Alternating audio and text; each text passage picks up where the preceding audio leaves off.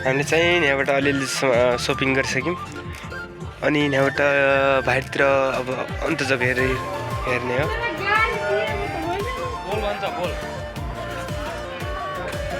यो किन रोइरहेछ?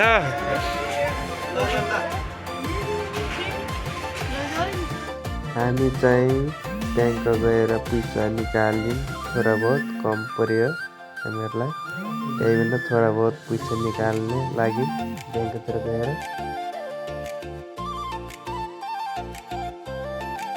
अनि मैले चाहिँ भिडियो अरू सपिङ गरेको भिडियो बनाउन सकिनँ। अनि हामी चाहिँ डाइरेक्ट बसमा बसिहाल्यौँ। यो लास्ट बस थियो, बसमा बसिहाल्यौँ। अनि हामीहरू छिटो बसिहाल्यौँ बसमा। त्यो लास्ट बस थियो नि यो।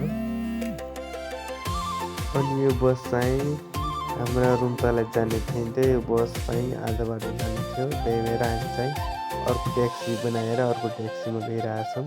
हेर्न सक्नुहुन्छ। चाहिँ हाम्रो गाडी चाहिँ यही हो, देख्न सक्नुहुन्छ। हामी चाहिँ रुममा पुग्नको लागि हाम्रो दुईवटा गाडीमा आयो हामी बगालाहरू। त्यो हामी चाहिँ त्यतिकै रुममा पुगिसक्यौँ।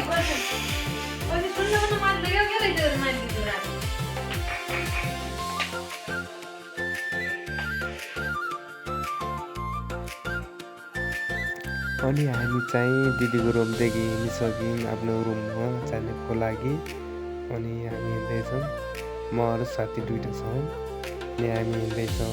अहिले राति भइसक्यो, दोकान पनि बन्द भइरहेको थियो वरपर उनीहरू थियो। यो चाहिँ